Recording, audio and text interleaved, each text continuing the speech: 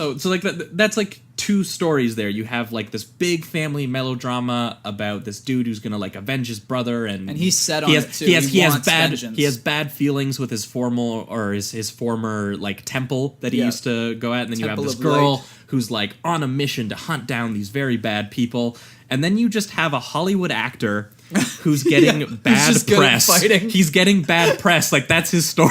He's just like, I'm really mad that the reviews for my movie aren't very good. Better go to this interdimensional tournament and show myself or prove myself. So it's so good. And they just don't. They don't even try to give him anything, and I thought that was really funny. Not only that, but you have these. Okay, Liu Kang in the and you find out later that he kind of has like certain powers. Like there's something within him. Like at the end, he uses that fireball. Yeah, punch he's the chosen one in the end, right? Yeah, that's the thing. Yeah. Whereas and throughout the movie, he versus like a bunch of humans, like just dudes, normal guys. Like there's one dude with dreads, and he's got like the stick, and then I think that there's fight's another great. one. That's a good fight. Yeah. Yeah. But then what they do with Johnny Cage, who is like the purely the most mortal out of all of them, maybe except for Sonya. They have him fight the interdimensional ones. Scorpion, who like brings him to hell, and like they're in this like giant forest with like symmetrical trees and shit. The fight in hell is my favorite fight in the movie. Oh yeah, it's the best. And they use what I love too. Another thing that I just enjoy about did they actually use the design of the levels and stuff like that from the game? Somewhat, yes. There's certain things like the thing at the end with spikes, like that was a big thing in Mortal Kombat. There was a secret level where there was a bridge, and if you were to, once it says finish him, which is like you get to do one last move to the guy while he's like ooh and woozy. And if you did a special combo, you got to send them into spikes, and that was like this big Easter egg for the game. Okay. So that's why they threw it into the finale. And there's just things like that, and the Scorpion is a huge part of it, where they really keep to the references of the video games, which is what I just love. Like his "get over here," like that. Oh, that happens with like every time you send the snake hand to a character. Like he literally yells "get over here."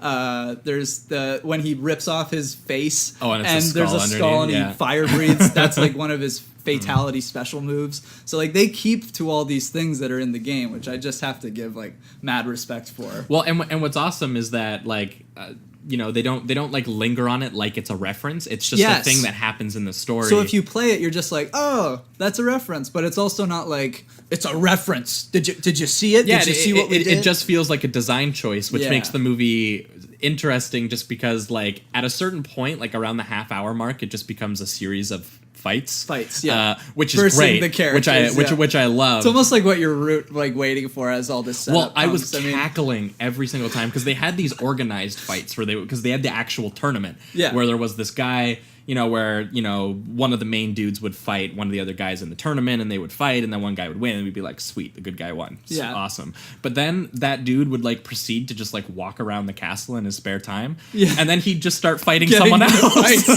Like you really have to keep your guard up the whole time during this tournament. It's not just your scheduled fights, for sure. Yeah, because it was just like it would go from organized fight all the time, like that CGI reptile thing.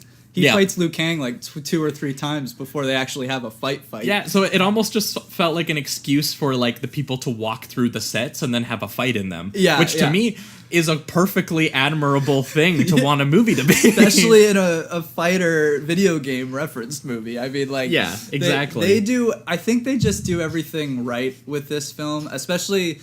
and what I mean by that is for what it is. I mean, they took Mortal Kombat. This movie gets kneecapped by being probably what it is, but it's a very good version of what it wants to be. Exactly. Like, it could be either a flaw for you or a strength. And for me, it's a strength, the fact that they stayed so true to the video game. Yeah. Just because it does make it so that it's super corny and cheesy at times. Oh, yeah. A lot of the time. Oh, some of the jokes that Johnny Cage they're gives, so 90s, and they're like sub second grader jokes. Like I feel like a third grader would like get up to him and be like, "Oh my god, like he said that? For like, real. What the hell?" The only line that I think I like from him that's actually funny, because most of the time when I'm laughing with this movie, I'm almost laughing at it in some ways. I still like the film, and I still think there's a lot to take in and have fun with.